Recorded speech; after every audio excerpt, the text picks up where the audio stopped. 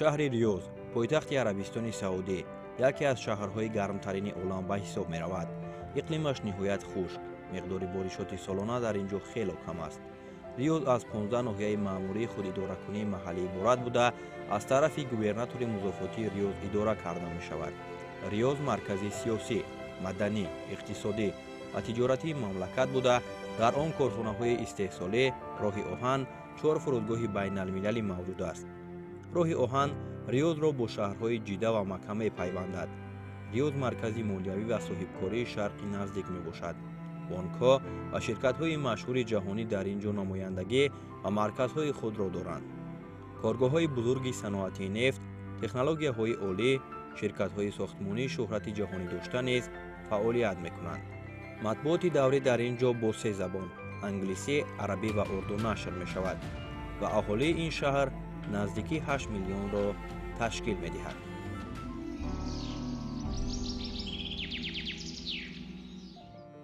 дар ин шаҳр аз 7 то 21 ноябр 6-мин бозиҳои ҳамбастагии исломӣ доир шуд. дар ин мусобиқа зиёда аз 3000 варзишгар аз 57 кишвари узви ассотсиатсияи варзишҳои ҳамбастагии исломӣ ширкат намуданд. аз он ҷумла Тоҷикистонро дар ин мусобиқа 69 варзишгар аз рӯи 12 намуди варзиш муаррифӣ карданд. мо ҳайати эҷодию техникии муассисаи давлатии телевизиони варзиш барои инъикос аз ҷараёни ҳунарнамоии варзишгарони тоҷик рӯзи 6 ноябр ба шаҳри риёз сафарбар шудем. макони будубоши намояндагон ва варзишгарони кишвари мо дар деҳаи варзишгарон бо номи Дирияҳ буд. варзишгарон ҳамарӯза аз ин ҷо барои тамрин ва барои иштирок дар мусобиқаҳо сафарбар мешуданд. вақте ки мо ба риёз расидем, аллакай варзишгарони тоҷик аз намуди футзал, волейбол ва гӯштини кураш баъзе аз рақобатҳояшонро анҷом дода буданд.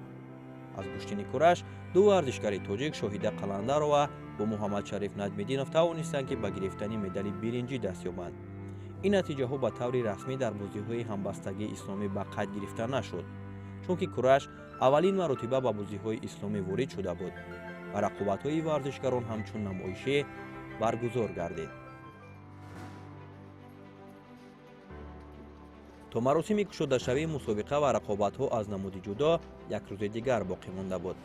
ҷудокорони тоҷик ҳам ҷиҳати иштирок дар 6-мин бозиҳои ҳамбастагии исломӣ тамринҳои охирини худро зери роҳнамоии сармураббии мунтахаби ҷудои кишвар Муҳаммад Абдурраҳмонов ва мураббиён Суҳроб Абдурраҳмонов бо Муртазо Носиров анҷом доданд.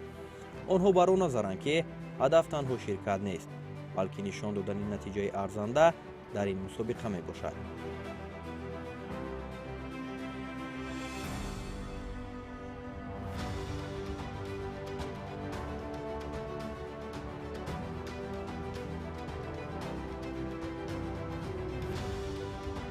ҳангоми тамрин мо огаҳӣ пайдо кардем, ки баъзе аз варзишгарон каме мушкилии вазн доранд, аммо ба гуфтаи сармураббӣ то оғози мусобиқа пурра ба меъёр хоҳанд расид ва омода мешаванд. тими мунтахаби ҷудои кишвар имрӯз тамринҳои охирони худро баргузор карданд. фардо бошад 2 духтар Мадина Қурбонзода ва Аҳлия Моминова, Ёсин Бобокалонов ва Шеров Абубакр дар бозиҳои исломӣ риёз ширкат меварзанд. мо машқҳои худро гузарондем дар аз сатҳи хуб. бачаҳо як каме вазншон зиёдтар буд, аммо бемушкилӣ мо ҳасил кардем ва боварӣ дорем ки варзишгарони мо дастаи мунтахаби ҷудо натиҷаҳои хуб дар ин мусобиқот ба даст меорад. тоҷикистонро дар мусобиқа Аҳлия Моминова дар вазни то 48 килограмм, Мадина Қурбонзода дар вазни то 52 килограмм, Ёсин Бобокалонов дар вазни то 66 килограмм, Абубакр Шеров дар вазни то 73 килограмм муҳаммад абдуҷалилзода дар вазни 90 кг, ҷаҳонгир маҷидов дар вазни 100 кг ва Тимур Раҳимов дар вазни ба изофаи 100 кг намояндагӣ карданд.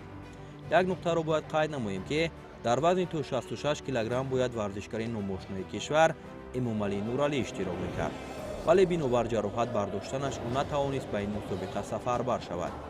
Эмомалиро дар шашумин бозиҳои ҳамбастагии исломӣ додараш Ёсин Бобокалонов иваз кард. мураббиён таъкид мекунанд ки бо вуҷуди ҳама мушкилот ҷудокорони тоҷик бо омодагии хуб ба мусобиқа сафарбар гардидаанд ва ҳар як варзишгар мекӯшад то дар майдон натиҷа нишон диҳад.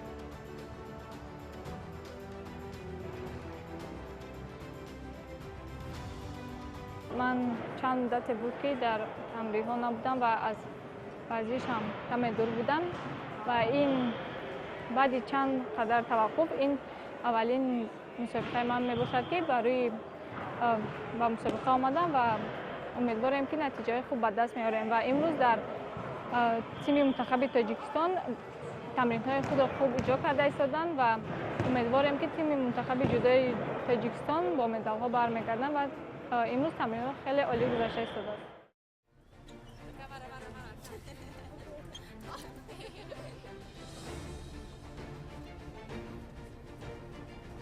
санаи 7 ноябр бозиҳои ҳамбастагии исломӣ бо маросими кушодашавӣ ки бо шукӯҳу шаҳомати хоса доир гашт расман оғоз ёфт. дар баробари дигар кишварҳои иштирокчӣ ҳайати намояндагону варзишгарони тоҷикистон ҳам дар кушодашавии мусобиқа иштирок намуданд. парчамбардорони тоҷикистон дар маросими ифтитоҳи шашумин бозиҳои ҳамбастагии исломӣ ҷудокори шинохтаи кишвар ҷаҳонгир маҷидов бо волейболбоз Гурдофарид Ағназарова буданд.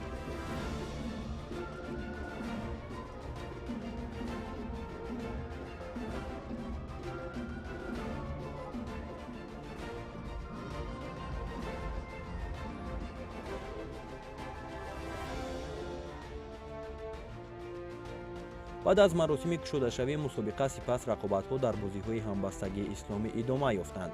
рӯзи 8 ноябр дар сабқатҳо аз гӯштини ҷудо нерӯсанҷиҳо дар вазнҳои 48, 52, 63, 70 кг миёни бонувон ва дар вазнҳои 60, 66 ва 73 кг миёни мардон доир шуд. ин кишвари моро миёни бонувон Аҳлия Муминова дар вазни то 48 кг, Мадина Қурбонзода дар вазни то 52 кг ва миёни мардон Ёсин Бобокалонов дар вазни то 66 кг ва Абубакр Шеров дар вазни то 73 кг намояндагӣ карданд. аз ҳайати ҷудокорони мо Аҳлия аввалин шуда рӯи гилем баромад ва дар ду рақобати анҷомдодааш дар марҳилаҳои чаҳорякниҳоӣ ва тасаллубахш ноком шуд.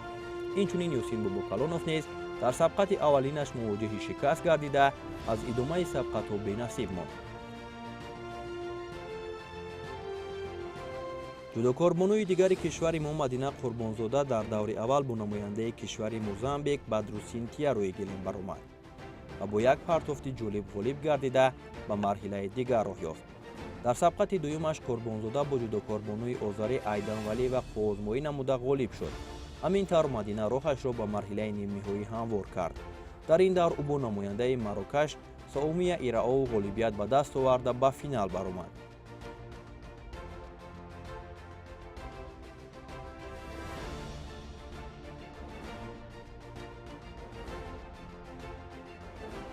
дар финали мусобиқа ҷудокорбонуи тоҷик Мадина Қурбонзода бо намояндаи Аморати Муттаҳидаи Араб Хорлодой Бишрел куштин гирифт ва тариқи Хансоки Маки мағлуб шуда соҳиби нишони нуқра гардид.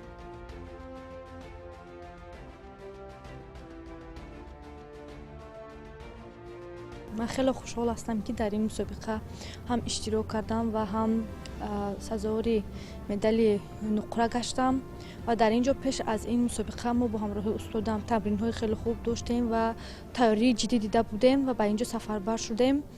در اینجا باشد من با 3 حرف خود رو مغلوب گردانیدم.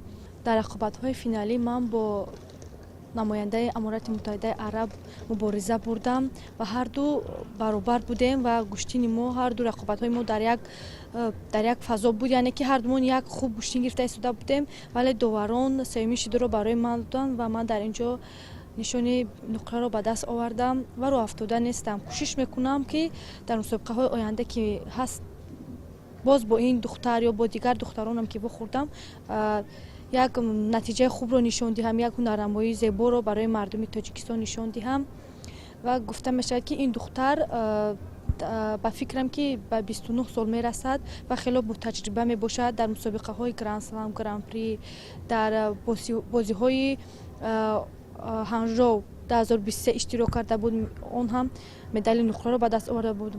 Аз ин гуфта бармеояд ки он духтари хело мутаҷриба мебошад ва ман бошам аллакай нав ба синни 17 солагӣ қадам дада истодаам ва метавонам ки ман дар мусобиқаҳои дигар ҳам низ чунин натиҷаҳои дилхоҳро нишон диҳам.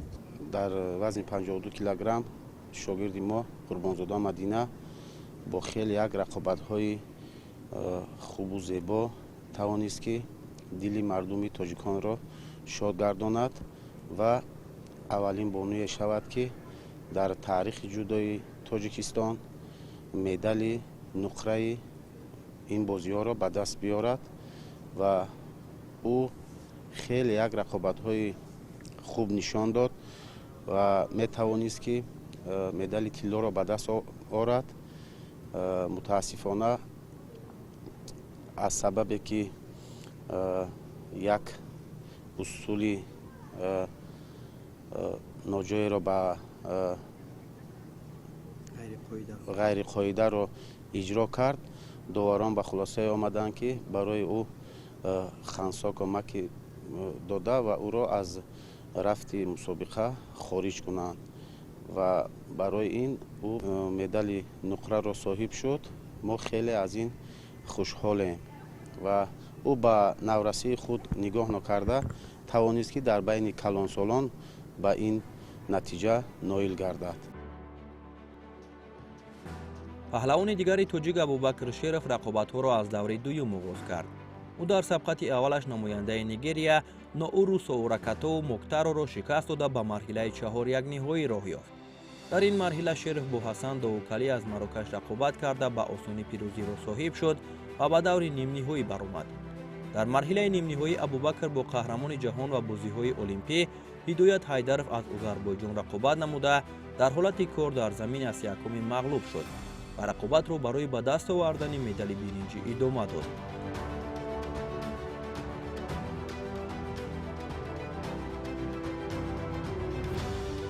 дар мубориза барои медали биринҷӣ паҳлавони тоҷик муқобили Эҷдар Токтай аз Туркия музаффарият ба даст оварда соҳиби нишони биринҷӣ шуд.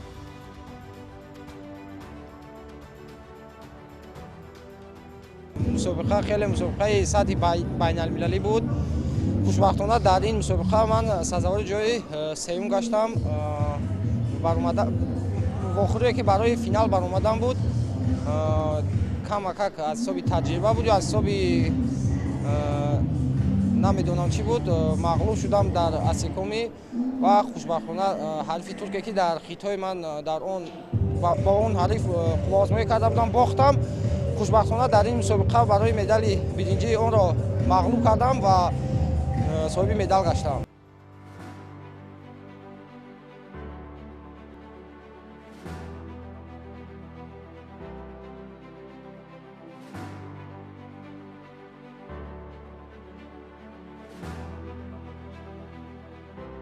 дар рӯзи дуюми мусобиқа рақобатҳо дар вазнҳои 70, 78 ва ба изофаи 78 кг миёни бонувон ва дар вазнҳои 81, 90, 100 ва ба изофаи 100 кг миёни мардон баргузор гардид.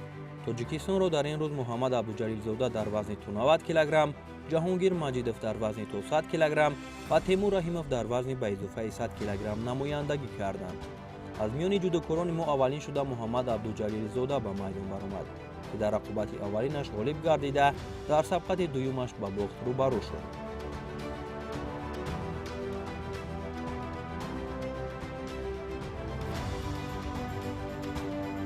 баъдан дар марҳилаи тасаллубахш намояндаи кишвари Қазоқистонро мағлуб намуд ва имконияти барои ба даст овардани медали биринҷӣ мубориза бурданро пайдо кард.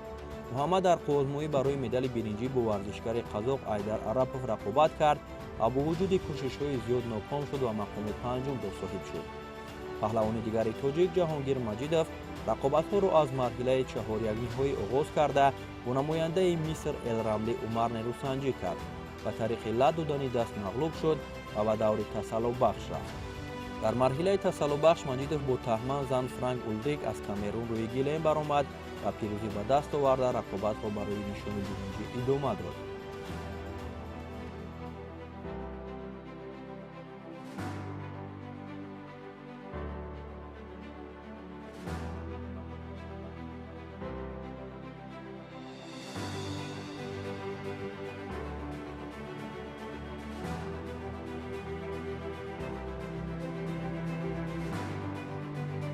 дар мубориза барои медали биринҷӣ ҷаҳонгир муқобили Саид Садруддинов аз Баҳрайн мубориза бурд. рақобати ин ҷуфт бисёр ҳам диданӣ сурат гирифт. ҷаҳонгир аввал бо имтиёзи юко пешсаф шуд ва дар лаҳзаҳои охири қувозмоӣ бо имтиёзи комили ипон ғолибият ба даст оварда барандаи нишони биринҷии бозиҳои ҳамбастагии исломӣ гардид.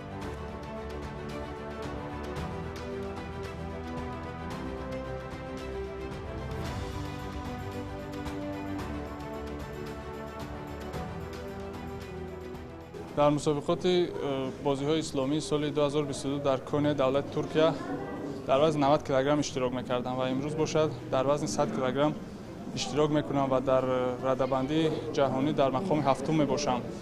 ва имрӯз бахти варзишӣ ба мо нахандид ки сазовори медали тилло шавем ва рӯ афтода намешавем ва тамринҳоро боз дучанд зиёд мекунем ва дар оянда танҳо барои медали тилло талош мекунем. ҷудокори шинохтаи кишвар Темур Раҳимов ки борҳо парчами Тоҷикистонро дар арсаи байналмилалӣ боло бардоштааст, ин навбат ҳам баҳри унвони қаҳрамонӣ талош кард. Темур рақобатҳоро аз марҳилаи чаҳор-як ниҳоӣ оғоз намуд ва дар даври аввал бо намояндаи Қирғизистон Жолдошказиев Эмирхон рӯбарӯ шуд. ӯ дар рақобат бо бартарии комил Эмирхонро шикаст дода ба нимфинал роҳ ёфт.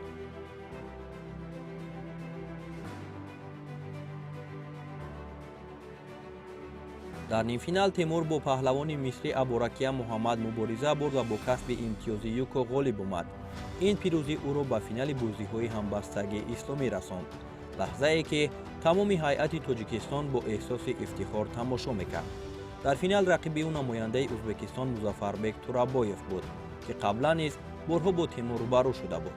дар ин рақобат бошад аз лаҳзаҳои аввал Музаффарбек пештафиро дар ихтиёр гирифт ва то анҷоми вақт имтиёзи дуюми вазариро ба даст овард ва соҳиби медали тилло шуд. Темур Раҳимов бошад сазовори медали нуқра гардид.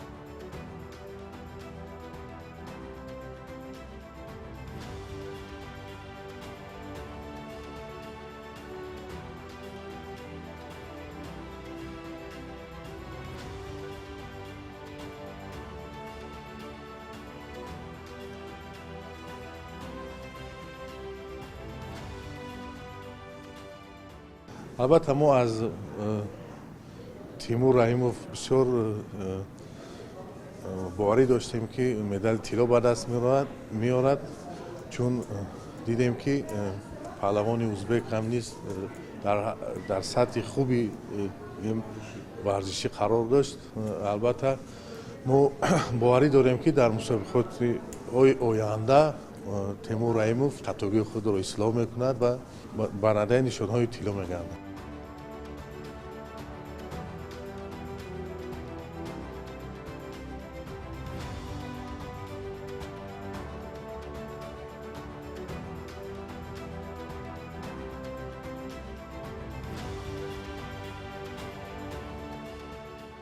давоми ду рӯз дар ин ҷо рақобатҳои ҷудо дар шашумин бозиҳои ҳамбастагии исломӣ доир шуд, ки ҷудокорони мо тавонистанд дар якчанд вазнҳо ҳунарнамоӣ кунанд, ҳам миёни бонувон, ҳам миёни мардон.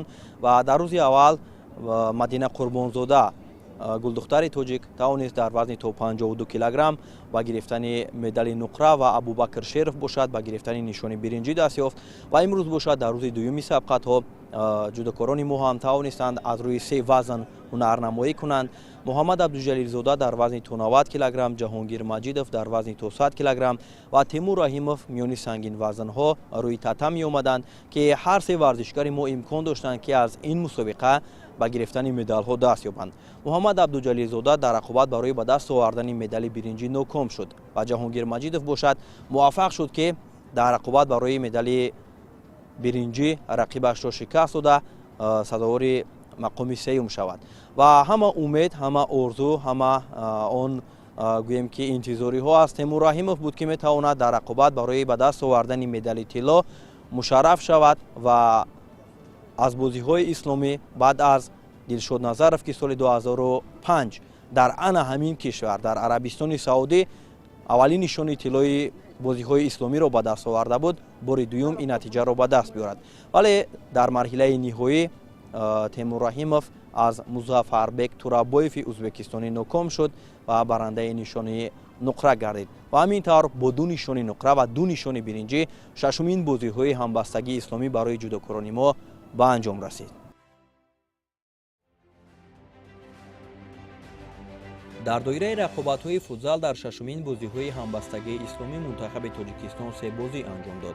در بازی دور اول دسته ما با حساب 9-5 از افغانستان، در دور دوم از مراکش با حساب 7-1 و در بازی اخیر از ایران با حساب 4-1 مغلوب شده بدون نتیجه مسابقه را جانبست کردند.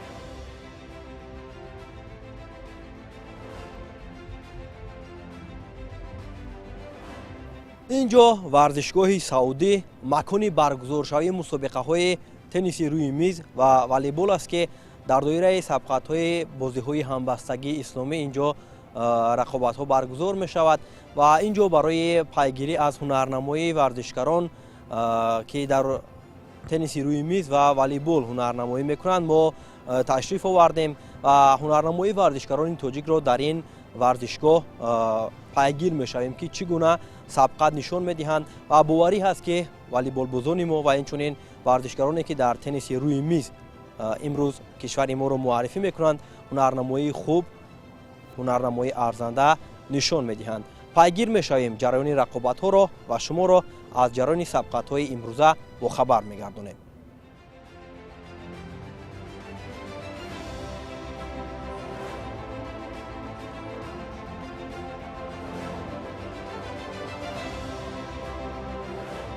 والیبال بازبانوان تاجیکستان باشد در ششمین بازی‌های همبستگی اسلامی 5 بازی انجام دادند.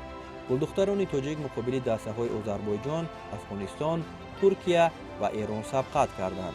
از 5 بازی که گلدختران تاجیک دایر نمودند، تنها در یک بازی مقابل والیبال دختران افغانستان غالب آمدند.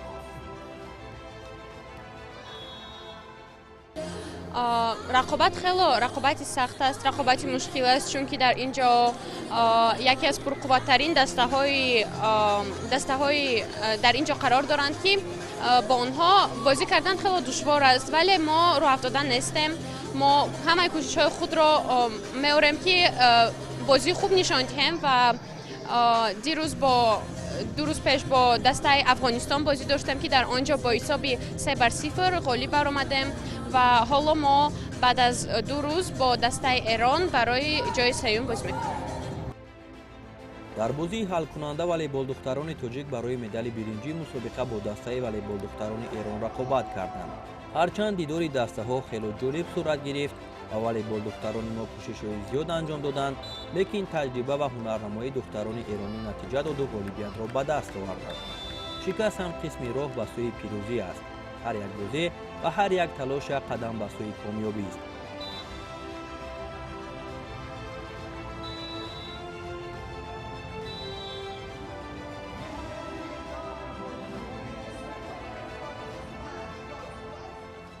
والیبال باز دخترانی ایران قطعی امروز ما بازی داشتیم. بازی خیلی خوب بود. ما میخواهیم که خطاامون مثال خطاامون با یگان روز دیگه اصلاح کنیم و میخواهیم که مثال دسته تاجیکستان با قوت شوه، سخت‌تر شوه. امروز هم خیلی بازی زور بود. ما هم چیزی را فهمیدیم، چیزی را نفهمیدیم، همیو را اصلاح میکنیم. در برابر رقابت‌های والیبال در ورزشگاه سعودی شهر ریاض، بازی‌های تنیس روی میز نیز دایر شده ایستاده است که ورزشکاران کشورهای اشتراکچی میان هم مبارزه برده ایستاده‌اند.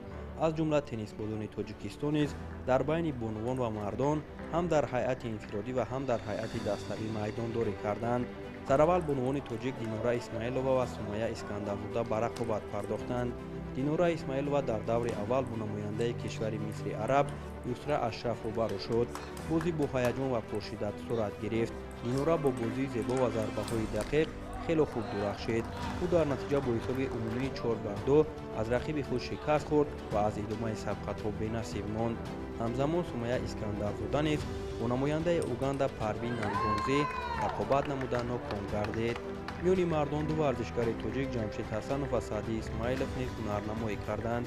Ҷамшед дар бозии аввалаш намояндаи Малдивро бо бартарии пурра шикаст дод, аммо дар даври дуюм аз варзишгари мизбон Абдулазиз Шулайбӣ ноком шуд.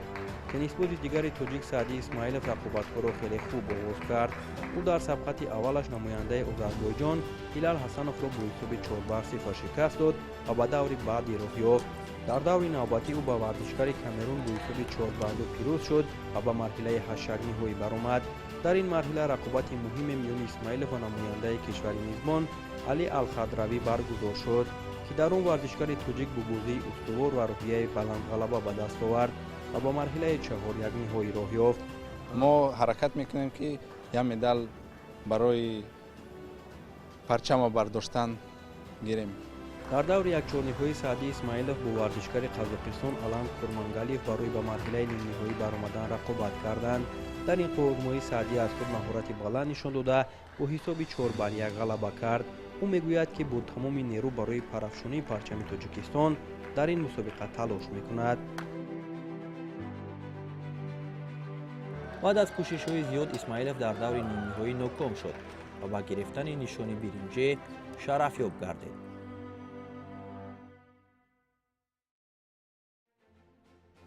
16 ноябри соли 2025 дар доираи бозиҳои ҳамбастагии исломӣ дар шаҳри Риёз бо ташаббуси сафорати ҷумҳурии Тоҷикистон дар Подшоҳии Арабистони Саудӣ ва ифтихори рӯзи президенти ҷумҳурии Тоҷикистон ҳамоиши идона баргузор гардид. чорабинии мазкур дар деҳаи Олимпии Риёз бо иштироки намояндагону варзишгарони тоҷик, ки дар бозиҳои ҳамбастагии исломӣ ширкат намуданд, инчунин тоҷикистонёни муқими Арабистони Саудӣ роҳандозӣ шуд. сафири ҷумҳурии Тоҷикистон дар Подшоҳии Арабистони Саудӣ Акрам Каримӣ зимни суханронии худ ҳозиринро ба ин муносибати фарханда табрику таҳният гуфта, дар бораи хидматҳои бузурги таърихӣ ва талошҳои беназири асосгузори сулҳу ваҳдати миллӣ, пешвои миллат, президенти ҷумҳурии Тоҷикистон муҳтарам Эмомалӣ Раҳмон дар масири эҳё ва ташаккули давлатдории миллӣ, ҳифзи истиқлолу тамомияти арзии Тоҷикистон, таъмини суботи сиёсӣ ва сулҳу ваҳдати миллӣ раванди дастёбии кишвар ба дастовардҳои фарогир дар бахшҳои гуногуни ҳаёти ҷомеа ва инчунин баланд бардоштани нуфузу эътибори Тоҷикистон дар арсаи байналмилалӣ ёдовар шуданд. таъкид гардид ки ҳузури фаъол ва муваффақияти варзишгарони тоҷик дар шашумин бозиҳои ҳамбастагии исломӣ, ки дар Арабистони Саудӣ ҷараён дорад, аз таваҷҷӯҳи назарраси ҳукумати ҷумҳурии Тоҷикистон зери роҳбарию роҳнамоии асосгузори сулҳу ваҳдати миллӣ, пешвои миллат, президенти ҷумҳурии Тоҷикистон муҳтарам Эмомалӣ Раҳмон нисбат ба рушди варзиш ва тавонмандсозии ҷавонону варзишгарони кишвар дарак медиҳад.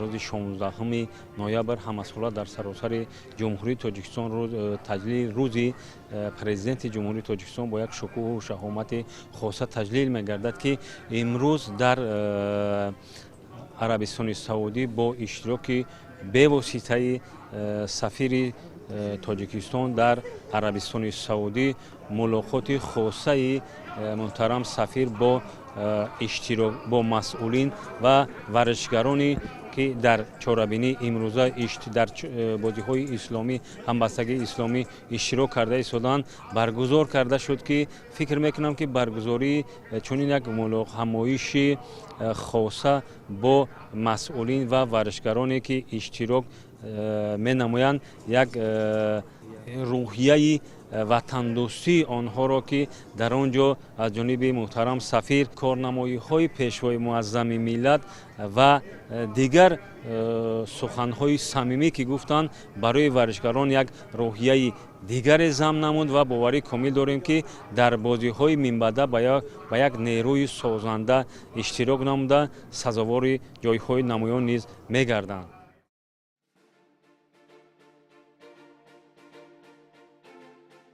дар рӯзҳои 14 ва 15 шашумин бозиҳои ҳамбастагии исломӣ варзишгарони тоҷик аз ду навъи дигар варзиши сабук ва теквандовете ҳунарнамоӣ карданд. дар риштаи варзиши сабук дар навъи гулфпартӯи тоҷикистонро варзишгари умедбахш Тимур Диёрдитса намояндагӣ кард. Тимур ки омодагиҳои ҷиддӣ ва тамринҳои тӯлонӣ дошт, бо рӯҳияи баланд вориди майдон шуд, аммо мутаассифона бар асари осеб имконияти идома додани рақобатро аз даст дод ва қувваозмоиро то ба охир бурдан натавонист. аз навъи давидан ба масофаи 400 метр бо монеаҳо бошад, варзишгари тоҷик Аскаралӣ Мирзозода миёни рақибони пуртаҷриба қарор гирифт. ин намуди варзиш ки ҳам қувва, ҳам суръат ва ҳам ҳунари идоракунии техникаро талаб мекунад, ҷараёни пошида дошт. варзишгари мо дар даври интихобӣ тамоми имконияташро истифода бурд, вале ҷойи ҳафтумро соҳиб шуд.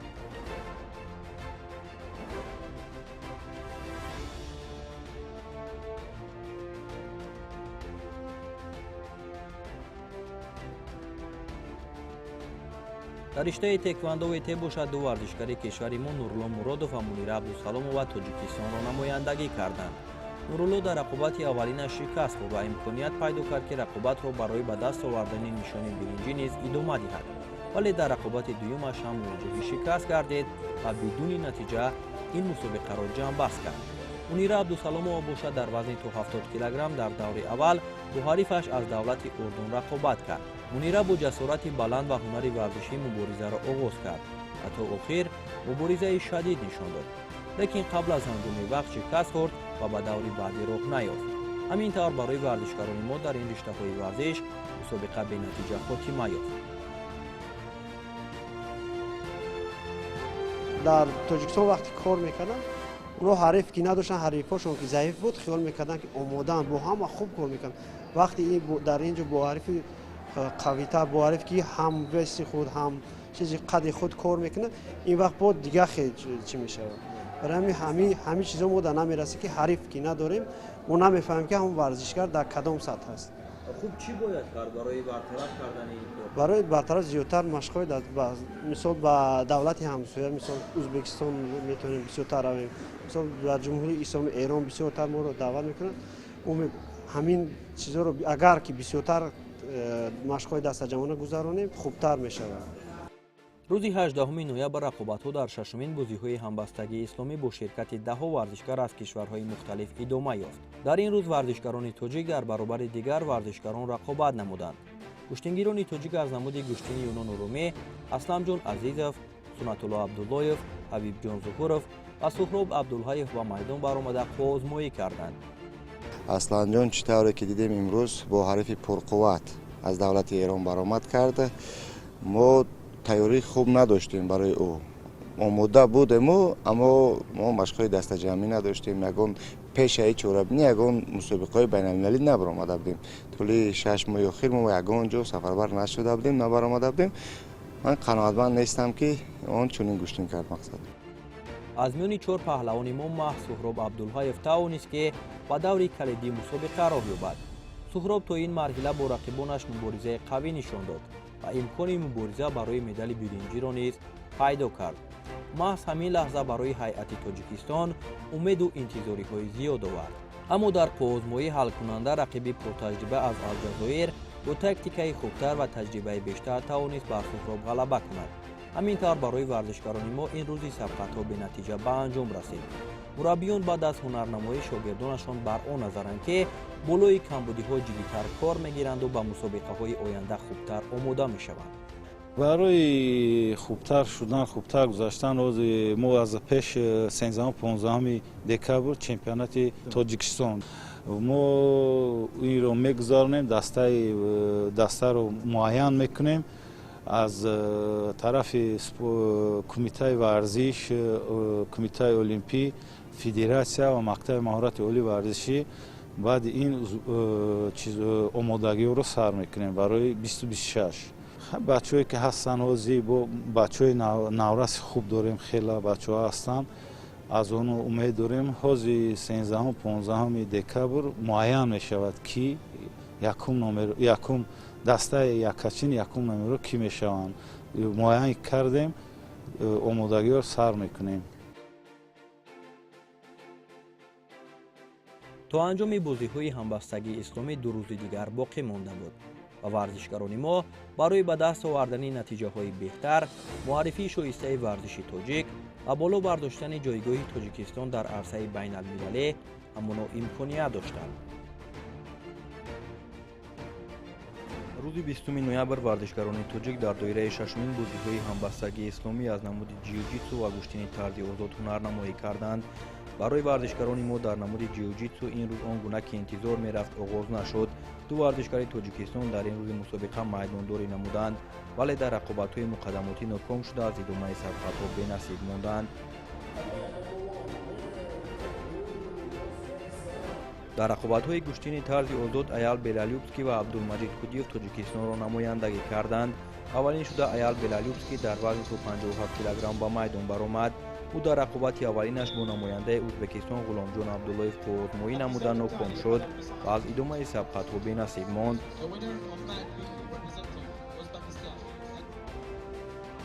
намояндаи дигари Тоҷикистон Абдулмаҷид Кудиев дар вазни то 65 кг ҳунарнамоии олӣ нишон дод. ӯ дар қуввозмоии аввалинаш намояндаи Тунисро бо бартарияти имтиёзҳо шикаст дода роҳашро ба марҳилаи чаҳорякниҳоӣ ҳамвор кард. дар ин давр Абдулмаҷид бо варзишгари қирғиз Билол Шараф Оғлу вориди майдон шуд. рақобати ин ҷуфт бисёр ҳам пуршида сурат гирифт ва Кудиев бо маҳорати баланд дар ин дидор пирӯз омада ба даври нимфиналӣ баромад. дар нимфинал паҳлавони мо бо намояндаи Баҳрайн Алибек Алибеков қуввозмоӣ кард. Кудиев аз лаҳзаҳои аввал бо бартарияти зиёд пешрафиро дар ихтиёр гирифт ва қабл аз анҷоми вақт бо ҳисоби бузурги 10-0 ғолибиятро ба даст оварда ба финал роҳ ёфт. дар рақобати ниҳоӣ барои медали тилло варзишгари мо бо яке аз варзишгарони муваффақи ҷаҳон, ҷоизадори бозиҳои олимпӣ ва қаҳрамони ҷаҳон Раҳмон Амузоди эронӣ сабқат намуд. қуввозмои хеле ҷолиб оғоз ёфт. Кудиев бо як боварӣ нерӯсанҷиро оғоз кард ва дар лаҳзаҳои аввал ду имтиёз гирифт, аммо дар идома паҳлавони эронӣ бартариро дар ихтиёр гирифта бо ҳисоби 12-2 пирӯзиро ба даст овард. ҳамин тавр варзишгари мо сазовори медали нуқраи шашумин бозиҳои ҳамбастагии исломӣ шуд. Ассаламу алейкум всем, приветствую всех. Честно сказать, хотелось первое место, но чуть финальная схватка не так получилась. Надеюсь, уже в следующий раз будет лучший результат.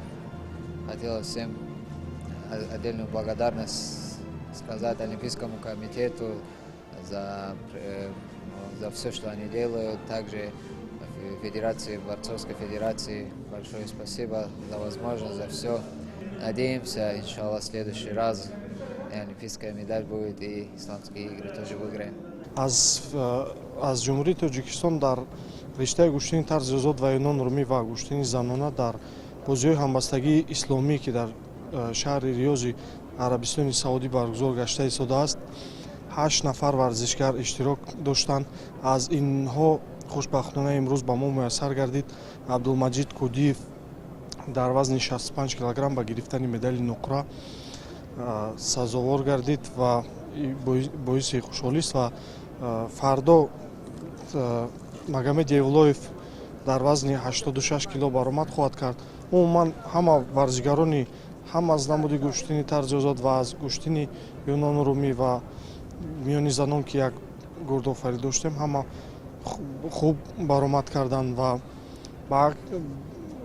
танҳо ба Кудиев айни ҳол муяссар гардид сазовори ҷои ифтихорӣ гардад.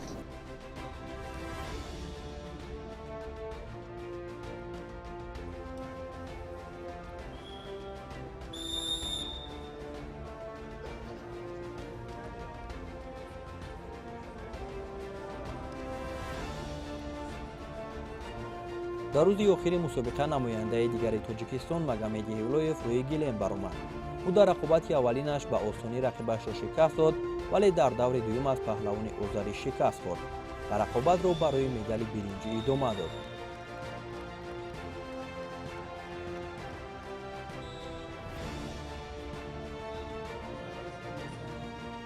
дар рақобат барои медали биринҷӣ Евлоев аз варзишгари эронӣ шикаст хӯрд ва ҷои панҷумро касб кард. ҳамин тавр барои варзишгарони тоҷик шашумин бозиҳои ҳамбастагии исломӣ бо 3 медали нуқра ва 3 медали биринҷӣ ба анҷом расид.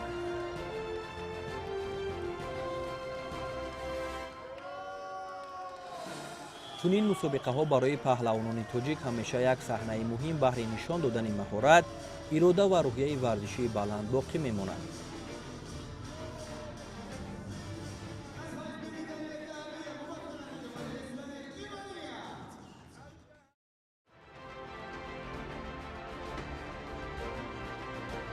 рӯзи 21 ноябр баъди чанд рӯзи пур аз ҳаяҷон, рақобатҳои ҷолиб ва як ҷаҳон хотироти варзишӣ, маросими пӯшидашавии шашумин бозиҳои ҳамбастагии исломӣ дар шаҳри Риёд баргузор шуд. варзишгарон ва меҳмонон бо эҳсосоти гарм ва фазои дӯстиву ҳамбастагӣ ин лаҳзаҳои хотирмонро истиқбол гирифтанд. дар оғози маросим ҳаракати тантанавии ҳайатҳо сурат гирифт. варзишгарон бо парчамҳои кишварҳояшон аз роҳи асосии варзишгоҳ гузаштанд ва боз ҳам рӯҳияи ягонагӣ, эҳтиром ва ҳамдилиро ба тамошобинон эҳсон карданд. дар миёни дигар давлатҳои иштирокчӣ Тоҷикистон низ бо ҳайати масъулин ва варзишгаронаш мавқеи шоиста гирифт ва ранги парчами кишвари моро дар ин саҳнаи бозиҳо баланд бардошт. зимни суханронӣ роҳбарияти варзиши кишвари мизбон Подшоҳии Арабистони Саудӣ ба ҳамаи меҳмонон, намояндагони давлатҳо ва варзишгарон барои ҳузур, дастгирӣ ва ҳусни ширкат изҳори сипос намуда, онҳоро ба сарзамини Саудӣ хайрамақдам гуфтанд. дар марҳилаи ниҳоӣ маросим тибқи анъанаи бозиҳо, парчами бозиҳои ҳамбастагии исломӣ ба кишвари Малайзия супорида шуд ва соли 2029 ҳафтумин бозиҳои ҳамбастагии исломӣ дар ин кишвар баргузор мешавад. маросими пӯшидашавӣ бо расму оинҳои зебо, намоишҳои фарҳангӣ ва эҳсоси умед ва боз ҳам қавитар гардидани дӯстии кишварҳо хотима ёфт. бозиҳо поён ёфтанд, аммо хотирот, дастовардҳо ва рӯҳи ҳамбастагӣ ҳамеша боқӣ мемонад. We also uphold our natural heritage, from the oldest tropical rainforests to our preserved blue ocean. We are committed to hosting a sustainable games, honoring nature's beauty while achieving human excellence. Every effort is to build lasting bonds of humanity. This is the Malaysian promise. We invite you to feel our warmth, feel the strength of our unity, and our fighting spirit driven by pure principles. Together, we will create history.